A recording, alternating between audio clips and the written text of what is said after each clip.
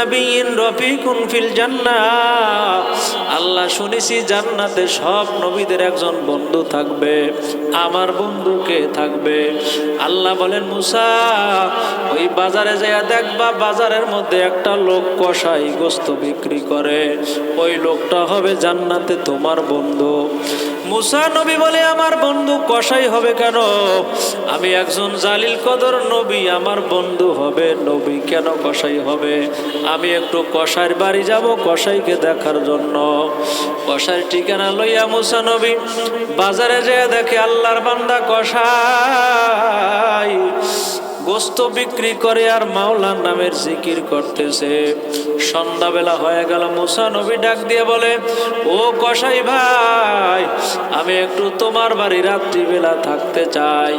কসাই বলে, থাকবা, তাতে কোনো সমস্যা নাই, তবে তোমারে চিনি না, তোমার পরিচয়টা একটু আমার কাছে দাও। মুসা নবী পরিচয় গোপন করে বলে, আমি একজন মুসাফির, আমি যাব এক দেশে, আমি তোমার বাসায় রাত্রিবেলা থাকবো। কসাই হাতের মধ্যে এক পোটলা গোস্ত নিয়ে বাজারে রওনা করলো। মুসা নবী সঙ্গে সঙ্গে বাজারে যায়। বাজার থেকে কসাই বাড়ি যায়, কসাইয়ের সাথে মুসা নবী রওনা করলো। যায় দেখে কসাইয়ের একজন বৃদ্ধা মা রাত্রিবেলা ওযু করাইয়া মাকে নামাজে দাঁড় করাইয়া দেয়। ওই কসাই নিজ হাতে রুটি বানাইয়া নিজ হাতে গোস্ত পাক কইরা মায়ের মুখে খাবার তুলে দেয়। জোরে কর সুবহানাল্লাহ। কসাইয়ের মা কসাইয়ের জন্য দোয়া করতেছে। মুসা নবী দোয়ার আওয়াজটা বুঝে নাই, কিয়াস করতে পারে নাই। মুসা আলাইহিস সালাতু ওয়াস সালাম রাত্রিবেলা কসাইয়ের বাড়ি থাইকা সকালবেলা নিজের বাড়ি রওনা করলো। ডাক দিয়া কয়, কসাই, তোমার মা তোমার জন্য কি যেন দোয়া করছে, দোয়ার শব্দটা আমি ভালো বুঝি নাই। কসাই বলে, ও মুসাফির, তোমার জেনে কোনো লাভ নাই। আমি জানি আমার মায়ের দোয়া কবুল হবে না, তারপরও আমার মা আমার জন্য দোয়া করে। একদিন দুই দিন না, বছরকে বছর হয়ে গেল, এই দোয়া আমার জন্য আমার মা করতেছে। মুসা নবী বলে, কসাই কি দোয়া করছে তোমার মা, আমারে শোনাও। বলে, ও মুসাফির, আমার মা রাত্রিবেলা মোনাজাতে আমার জন্য দোয়া করে আল্লাহর কাছে, মাবুদ রে, এই এলাকার মধ্যে পয়গম্বর মুসা নামে একজন তোমার জালিল কদর নবী আছে। আমার সন্তানটা, আমার ভক্ত, আমারে খুব ভালোবাসে, আমারে খানা খাওয়ায়, আমার জন্য রাত্রে রুটি বানায়, আমার জন্য গোস্ত পাক করে, তারপর আমার মুখে খাবার দেয়। আমি আমার সন্তানরে কিছুই দিতে পারি নাই। নামাজের পরে এই দোয়াটা করি, আল্লাহ, এই জামানার নবী মুসার সাথে আমার সন্তানের সাথে একটু দেখা করাইয়া দিও। জোরে গান সুবহানাল্লাহ। ও মুসাফির আমার ভাই, আমি জানি আমার মায়ের দোয়া কবুল হবে না, তারপরও আমার মা আমার জন্য দোয়া করে। ওরে মুসলমান, আওয়াজ দিয়া বলবেন, মুসা নবীর জন্য যে সাক্ষাতের জন্য কসার জন্য মা দোয়া করছে, দোয়া কবুল হয়েছে কি হয় নাই? আরো জোরে বলেন, হয়েছে কি হয় নাই? এই জন্যই তো আল্লাহ কোরআনে বলেন, ক্বালু রাব্বুনাল্লাহ,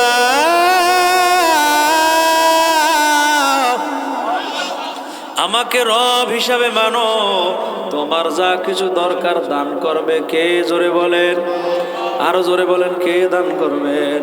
আল্লাহ জানায় দেয়, দুনিয়ায় যার সাথে যার মহব্বত, তার সাথে তার কিয়ামত। মুসা আলাইহিস সালাতু ওয়াস সালাম ওই কসাইর কাছে যাইয়া জড়াইয়া দইরা কান্না করে আর কয়, বন্ধু, তুমি দুনিয়ায় আমার সাক্ষাৎ পাইছো, আল্লাহ যদি কবুল করে নেয়, তোমার মায়ের দোয়ার বদৌলতে আল্লাহ তাআলা জান্নাতে আমাদের বন্ধু বানায়া দিবে। জোরে কোন সুবহানাল্লাহ। এই জন্য ওসমান রে নবী আমার বেজার হইতে নিষেধ করলেন, ওরে ওসমান, দুনিয়ায় আমার বন্ধু, জান্নাতে আমার একজন বন্ধু থাকবে, ওই বন্ধুটা আবু বকর না, ওমর না, আলী না, জান্নাতে আমার বন্ধু হবে হযরত ওসমান রাদিয়াল্লাহু আনহু। হযরত ওসমান খুশি হয়ে গেলেন, হযরত আলীর মনটা বেজার হয়ে গেল। আমার শানে তো কোনো আয়াত নাজিল হলো না, আমার শানে কোনো ফয়সালাও আসলো না। আল্লাহ জানায়া দেয়, ও নবী আমার, আলীরে আপনি একটু জানাইয়া দেন, জান্নাতে আমি আপনার জন্য একটা বাড়ি রাখবো, আপনার বাড়ির সামনে হযরত আলী রাদিয়াল্লাহু আনহুর বাড়িটা রাখবো। মনে রাখবেন, আলীর বাড়ির মধ্যে ৬,০০০ জানালা থাকবে। প্রত্যেকটা জানালা দিয়ে যখন আপনার ঘরের দিকে তাকাইবে, আপনি নবীরে দেখবে, আর আপনি তাকাইলেও হযরত আলীকে দেখবেন। জোরে কোন সুবহানাল্লাহ। আল্লাহ নবীর জামাতা হযরত আলী খুশি হয়ে গেলেন, মনটা ভালো হয়ে গেল। হযরত বেলাল রাদিয়াল্লাহু আনহু দূরে বসে আছে। আল্লাহ নবী ডাক দেয়, সামনে আসো। বেলাল বলে, আমি একজন কালো মানুষ, আমি একজন গরিব সাহাবী, আপনার সামনে আসতে ভয় হয়। আল্লাহ নবী কয়, বেলাল দূরে থাইকা কোনো লাভ নাই, আমার সন্নিকটে আসো। কারণ দুনিয়ায় যত আমার কাছাকাছি থাকবা, আল্লাহ কবুল করলে জান্নাতে আমার তত কাছাকাছি থাকবা। জোরে কোন সুবহানাল্লাহ। এই জন্য বেলাল নবীর সামনে আইসা আল্লাহ নবীর চেহারার দিকে তাকায়া বয়ান শুনে আর কান্দে। নবী আমার বললেন, বেলাল আমার চেহারার দিকে অপলক দৃষ্টিতে তাকিয়ে থাকো, চোখের পানি ফালাইয়া বুক ভাসাও। মাঝে মাঝে নবীর সাহাবী বেলালের চোখ বইয়া বইয়া পানি পড়তে পড়তে দাড়ি ভিজে যায়, মাঝে মাঝে বেলালের বুকটা ভিজে যায়। আল্লাহ নবী বললেন, বেলাল আমার চেহারার দিকে তাকাইয়া কি পাইলা?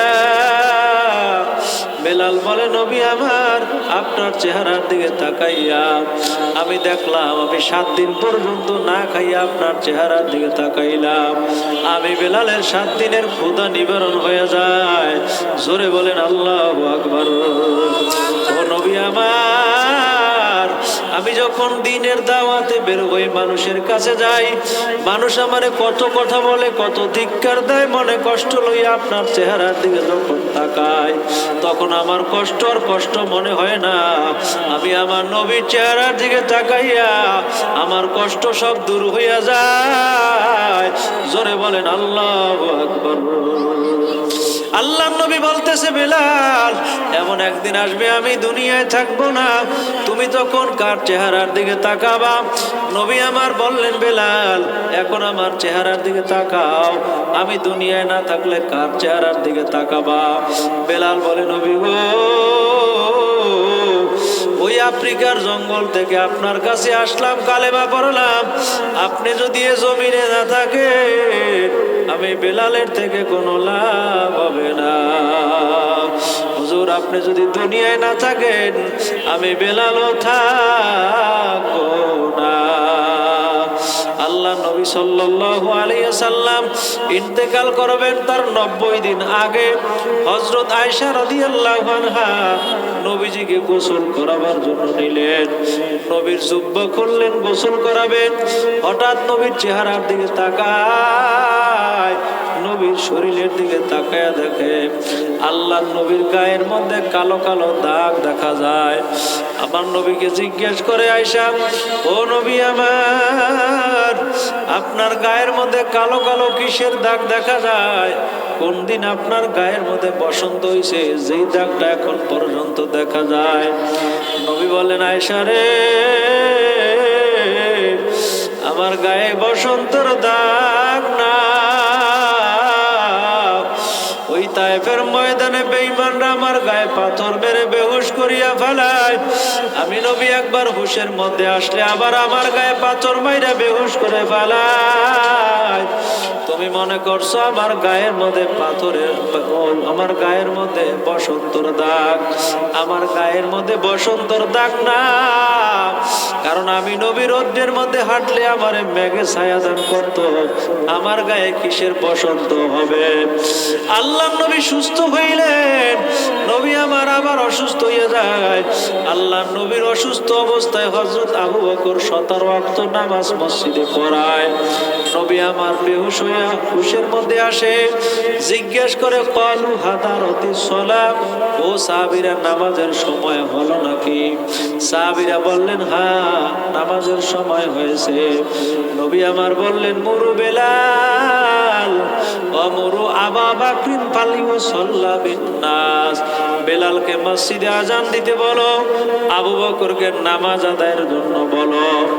হযরত বেলাল রাদিয়াল্লাহু আনহু মসজিদে আজান দিলেন। বেলাল আজান দিয়েছে, আবু বকর নামাজ আদায় করায়। আল্লাহ নবী এশার নামাজ পড়িয়া আল্লাহ নবী হযরত ফাতেমা রাদিয়াল্লাহু আনহার পাশে আয়েশা সিদ্দিকার রানীর উপর ভর করে নবী একটু বিশ্রাম করে। হঠাৎ দেখে আল্লাহ নবীর সাকরাতুল মাউত শুরু হয়ে গেল। নবীর চোখের পানি বের হয়। আম্মা জান আয়েশা বলে নবী আমার, আপনি কেন চোখের পানি ফেলে কান্না করেন? নবী বলেন আয়েশা রে, আমার সময় আর বাকি নাই, আমার দুনিয়ার মায়া ছিন্ন করে কবরের যাত্রী হওয়া লাগবে। ওরে আয়েশা, আমি আর দুনিয়ায় বাঁচবো না। হযরত ফাতেমা রাদিয়াল্লাহু আনহা শুনতেছে বাহির থেকে একটা লোক ফাতেমা রাদিয়াল্লাহু আনহার অনুমতি চাইতেছে ঘরের মধ্যে আসবে। বারবার ফাতেমা রাদিয়াল্লাহু আনহাকে সালাম দেয়। আল্লাহ নবী বলতেছে ফাতেমা, কে জানো তোমারে সালাম দিয়া ঘরের মধ্যে ঢুকতে চায়? ফাতেমা বলে আমি সালামের আওয়াজ পাইলাম, কিন্তু আমি তারে ঢোকার অনুমতি দেই না। নবী আমার বললেন ফাতেমা, এমন একটা লোক আসছে, তোমার অনুমতি লাগবে না ঢোকার জন্য। ও তো দুনিয়ার কোনো মানুষ না, আজরাইল আসছে আমার জানটা কবজ করার জন্য। ওই মালাকুল মাউত এখন আইসা আমার জানটা কবজ করবে। বাহির থেকে বারবার অনুমতি চাইতেছে। হযরত ফাতেমা রাদিয়াল্লাহু আনহা বাহিরে তাকাইলো লোকটাকে দেখার জন্য। তাকায়া দেখে এমন বিশাল আকৃতির মানুষ, আসলে ফেরেশতা আসছে আল্লাহ নবীর জান কবজ করার জন্য। পাও দুইটা জমিনে, মাথাটা আসমানে, চক্ষু দুইটা বড় বড় দিঘির মতো, শরীরের পশমগুলো পাড়ের রশির মতো। বারবার আওয়াজ দেয় আর বলে আসসালাতু আসসালামু আলাইকা ইয়া রাসূলুল্লাহ, হুজুর আমারে ঢুকতে অনুমতি দেন। আল্লাহ নবী যখন ঘরের মধ্যে ঢুকবে, ফাতেমা রাদিয়াল্লাহু আনহা চিৎকার মারে, ডাক দিয়া বলে আব্বু রে, মক্কা মদিনায় কত মানুষ দেখলাম, এরকমের বিকট আকৃতির লোক আর দেখি নাই। উনি তো ঘরের মধ্যে ঢুকতেছে, নবীর ঘরের মধ্যে আজরাইল লইকা আল্লাহ নবীর বুকের উপরে হাত দুইটা রাখছে। নবী আমার এমন জোরে চিৎকার মারছে, ডাক দিয়ে বলে আজরাইল তোমার হাত সরাইয়া নাও, মনে হয় জানো উহুদ পাহাড়টা আমার বুকের উপর দিয়া চাপা দিছ, আমি নবী সহ্য করতে পারি না, তোমার হাত সরাও সরাও, আর বলো আমার উম্মতকে কি তুমি এত কষ্ট দিবা? আমার উম্মত এত কষ্ট সহ্য করতে পারবে না। হাত উঠাও, কথা শোনো, আজরাইল রে এত কষ্ট দিও না মোর উম্মত রে। ওরে আজরাইল, মৃত্যুর যত কষ্ট সব কষ্ট আমারে দাও, আমার উম্মতে কষ্ট দিও না। আজরাইল বলে আপনার একদল গুনাহগার উম্মত থাকবে, ওদের জানটা এমন ভাবে কবজ করব, ওই নাফরমান পায়খানা প্রস্রাব করে দিবে, পানির পিপাসা এত পরিমাণে লাগবে 7 সমুদ্রের পানি দিলেও পিপাসা মিটবে না। জোরে কর নাউজুবিল্লাহ। আল্লাহ নবীর ইন্তেকাল হয়ে গেল। আল্লাহ নবীর দাফন কাফন কইরা সাহাবায়ে কেরাম পাগল ভরা হইয়া দৌড়ায়। হযরত বেলাল রাদিয়াল্লাহু আনহুর কান্না কেউ থামাইতে পারে না। আমার ক্ষুধা লাগলে কার চেহারার দিকে তাকাবো? আমার মনটা খারাপ হয়, আমি বেলাল কার চেহারার দিকে দেখা আমার মনটারে ভালো বানায় নেব। বেলাল রাদিয়াল্লাহু আনহু কান্দে আর মদিনার জমিনে দৌড়ায়। আবু বকর ডাক দিয়ে বলে, বেলাল, নবী দুনিয়ায় বাঁচবে না এটাই স্বাভাবিক, তুমি পাগল পারা হইয়া যাইও না, যাও মসজিদে আজান দাও, মুসল্লিরা নামাজে আসবে। বেলাল বলে, আমি আজান দিতে পারবো না, এই জন্য কারণ আমার নবী আর তো দুনিয়ার মধ্যে নাই। ওরে আবু বকর, আমি যদি মসজিদে আজান দে, আমার আজান শুনে মুসল্লিরা আসবে, কিন্তু আমার রহমতে আলাম আর আসবে না, অতএব আমি মসজিদে আজান দিতে পারবো না। বেলাল রাদিয়াল্লাহু আনহু মসজিদে আজান দিবে না, নিজের জামা পাগড়ি ব্যাগের মধ্যে ভইরা সিরিয়ার জমিনে রওনা করলো। আর এলাকার মধ্যে থাকবে না, কারণ এলাকার মধ্যে আগে আজান দিলে নবী নামাজে আসতো। বেলাল নবীর যায় নামাজ মোবারক লাইসা দিত, আল্লাহ নবীর জুতাগুলো সোজা করে দিত। আজকে নবী দুনিয়ায় নাই, বেলাল আর এই জমিনের মধ্যে থাকবে না। আবু বকর ডাক দিয়ে কয়, বেলাল, তুমি যদি আজান না দাও আমাদের মনে আর মানবে না। বেলাল কয়, আবু বকর, তোমাদের ভালোবাসা আমার ভালোবাসা এক না। আল্লাহ নবী যখন ইন্তেকাল করছে, আমি সব হারাইয়া ফেলাইছি, আমি আর এই মদিনার জমিনে থাকবো না, আমি চলে যাব সিরিয়ার জমিনে। বেলাল নিজের জুব্বা পাগড়ি ব্যাগের মধ্যে লইয়া হেঁটে হেঁটে 15 দিন বৈশা সিরিয়া চলিয়া যায়। আমার নবীর রওজার পাশেও আসে না, নবীর রওজাও জিয়ারত করে না। হযরত আবু বকর রাদিয়াল্লাহু আনহু নবীর রওজার পাশে যাইয়া কান্নাকাটি করে, জিয়ারত করে। ওমর, ওসমান, আলী রাদিয়াল্লাহু আনহু যাইয়া জিয়ারত করে, কান্নাকাটি করে। বেলাল 6টা মাস পর্যন্ত মদিনায় আসে না, আমার নবী বেলালকে দেখা দেওয়ার জন্য, আর রওজায় থাকতে পারে না। নবী আমার স্বপ্ন যোগে বেলালের বাড়ি চলে গেছে। আমার নবী বেলালের বাড়ি যাইয়া বেলালের বিছানার পাশে বইসা ডাক দিয়া বলে, বেলাল, তুমি আমার সাথে কেন মনো জুলুম করলা? কি জুলুম আমার সাথে শুরু করলা রে বেলাল? আমার মনে কি মায়া লাগে না? তোমার কি আমার জন্য ভালোবাসা নাই? তুমি আমার রওজার পাশে আসো না কেন? ওরে বেলাল, আমি আর রওজায় থাকতে পারি না। বেলাল রাদিয়াল্লাহু আনহু বলেন, আমি ঘুম থেকে জাগ্রত হইয়া দেখলাম আমার নবীর জীবিত অবস্থায় তার পাশে বইলে যেমন ঘেরান পাইতাম, আমি ঘুম থেকে উঠে আমার বিছানার মধ্যে আমি রসুলের ঘেরান পাইতেছি। জোরে কান সুবহানাল্লাহ। বেলালের মতো আশিক যদি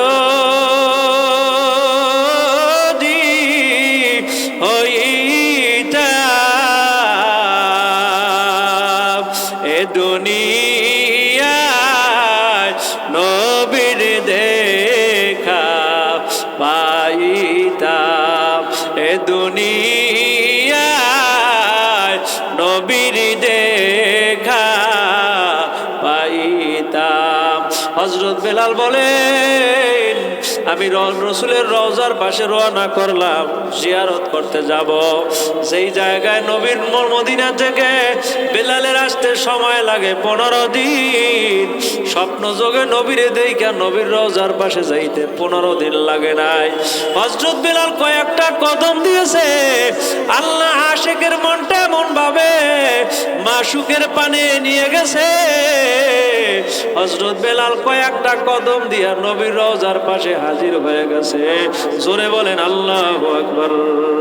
ওরে মুসলমান ইমানদার, মুসলমানের তাকবীরের আওয়াজ আসতে বলে হবে না, কারণ মুসলমান দুনিয়াতে আসছে, ডান কানে আজান দেওয়া হয়েছে আল্লাহু আকবারের তাকবীরের ধ্বনি।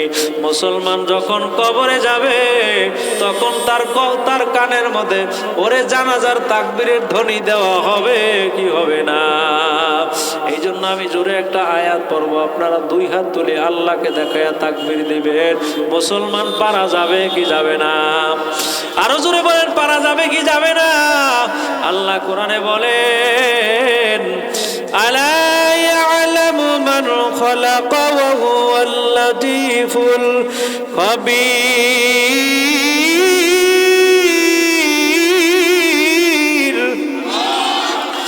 আরো আওয়াজ দিয়ে তাকবীর দিবেন। তাকবীরের ধ্বনি যত দূরে যাবে, তত দূরে যত শয়তান থাকবে সমস্ত শয়তান বিতাড়িত হয়ে যাবে। ঠিক কিনা বলেন? যত মুসলমান ইমানদার হবে তারা এই ময়দানে আসা যাবে কি যাবে না? ওয়াহুয়াল গফুরুল ওয়াদুদ যুল আরশিল মাজিদ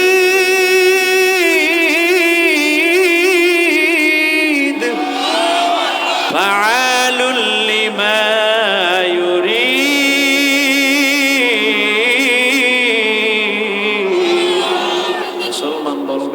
আল্লাহর কোরআন শুনতে ভালো লাগে না খারাপ লাগে? আল্লাহ বলেন, যারা আমার কোরআন শুনবে, যদি শুনতেই মনে চায়, শুনতেই মনে চায়, তাইলে মনে করবেন আল্লাহ আপনারে জান্নাত দান করবে। জোরে কোন সুবহানাল্লাহ। ওয়া ইযা কুরিয়াল কুরআনু ফাসতামিউ লাহু ওয়া আনসিতু লাআল্লাকুম তুরহামুন।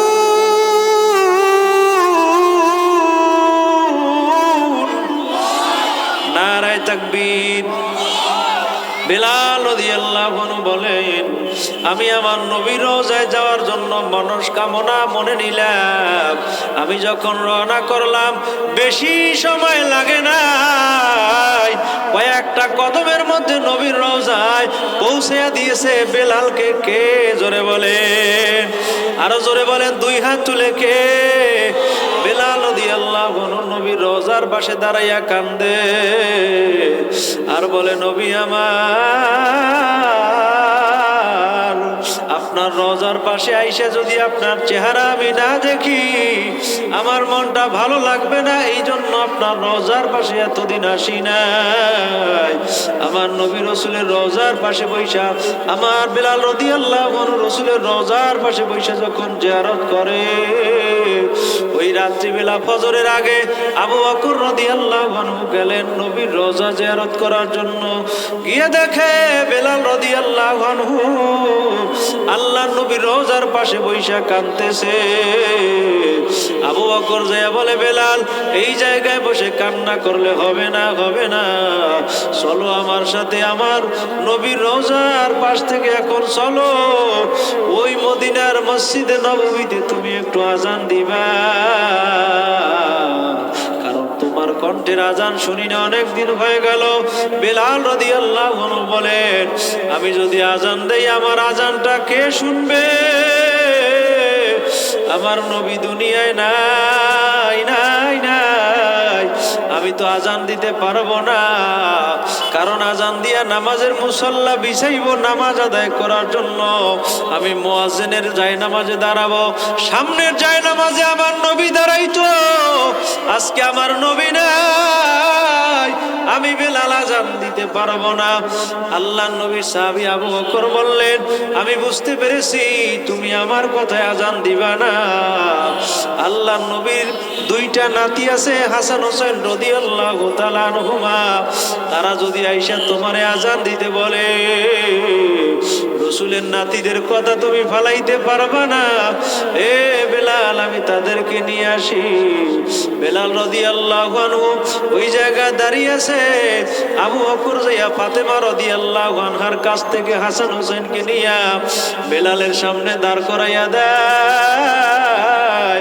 হযরত বেলালের চেহারার দিকে হাসান হোসেন যখন তাকায়, ডাক দিয়া বলে, ও আমার নানার মুয়াজ্জিন, তুমি মসজিদে আজান দিলে আমার নানা ভাই নামাজ আদায় করাইতো, আজকে আমার নানা ভাই চলে গেল, তুমিও গেলা, তুমি একটু মসজিদে আজান দাও, আমার নানাবার পিছনে নামাজ আদায় করতে মনে চায়। জোরে কোন আল্লাহু আকবার।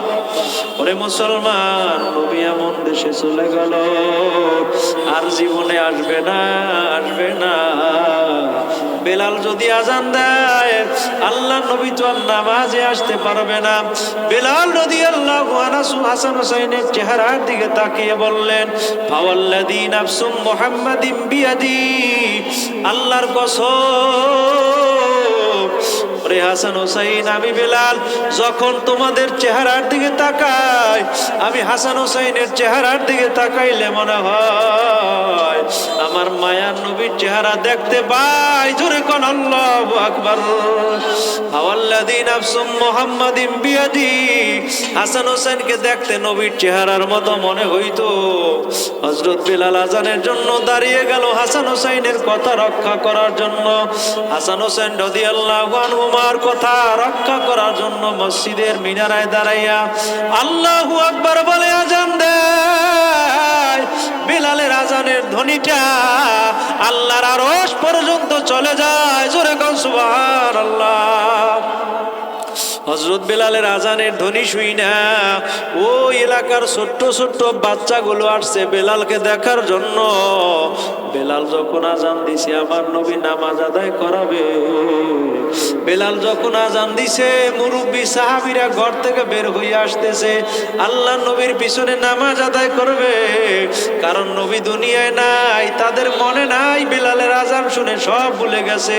বেলাল যখন আজানের মধ্যে আমার নবীর নামটা নিল, আশহাদু আন্না মুহাম্মাদার রাসূলুল্লাহ, আশহাদু আন্না মুহাম্মাদার রাসূলুল্লাহ, হযরত বেলালের মনে পড়ে গেল এই মদিনার মধ্যে আমার নবী নাই, নাই, নাই।